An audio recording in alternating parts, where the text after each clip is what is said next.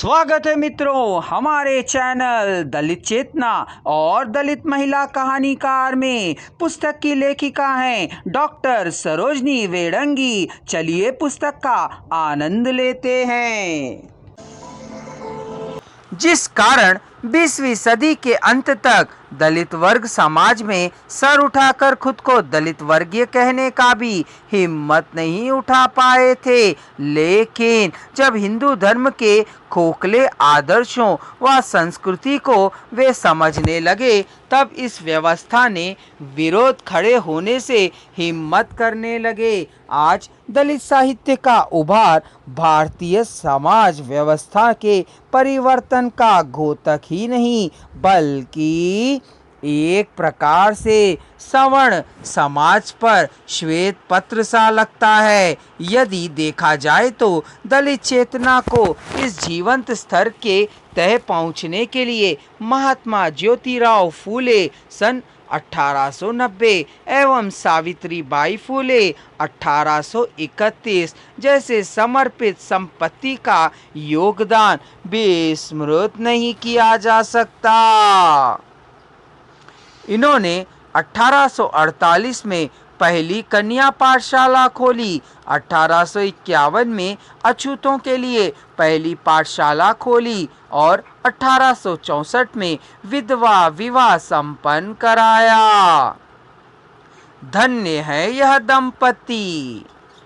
सावित्रीबाई फूले को दलित समाज की पहली भारतीय शिक्षिका बनने का मौका प्राप्त है। कुल मिलाकर देखा जाए तो दलित समाज के सभी तबके के लोगों का स्वर मुख्य धारा से अलग रहने की छटपटाहट अभिव्यक्ति करता है। हम उम्मीद कर सकते हैं कि दलित चेतना का यह संघर्ष एक दिन उन्हें समाज की मुख्य धारा से जोड़ने के लिए बाध्य करेगी।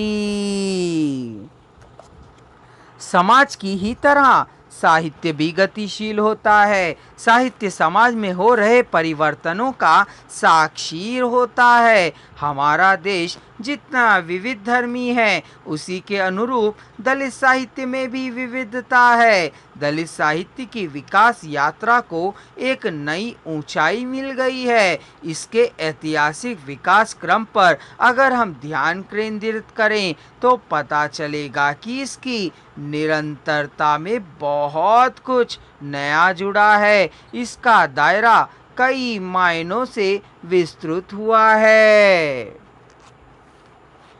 इसने एक तरफ जहां अपना भौगोलिक विस्तार कर अखिल भारतीय स्वरूप ग्रहण कर लिया है, वहीं इसमें विद्यागत समृद्धि के साथ साथ कलात्मक सौंदर्य भी आया है। विषय वस्तु के भी स्तर पर इसमें उल्लेखनीय परिवर्तन हुए हैं।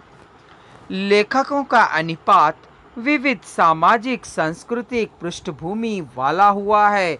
दलित साहित्य लेखन में दलित महिलाओं की भागीदारी ने न केवल दलित साहित्य के स्वरूप को प्रभावित किया है, बल्कि पूरे भारतीय साहित्य के स्वर को उसमें एक नई दिशा दी है। मेरा ख्याल है कि दलित साहित्य से पहली पीढ़ी के लेखक बहुत हद तक गैर एकेडमिक संस्थानों से जुड़े हुए थे, लेकिन अब जो नया परिवर्तन हुआ है उसमें एकेडमिक जमात से जुड़े हुए दलित लेखकों का खासा हस्तक्षेप हुआ है।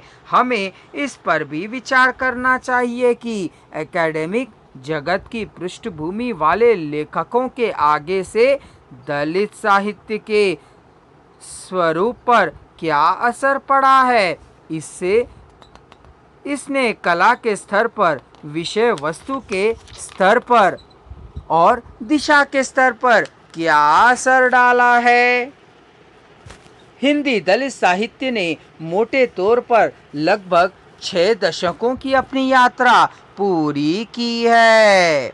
यह 21वीं सदी का द्वितीय दशक है जब हम अपने देश के बारे में यह कह सकते हैं कि इसने भी सामाजिक लोकतंत्र का एक स्तर पा लिया है।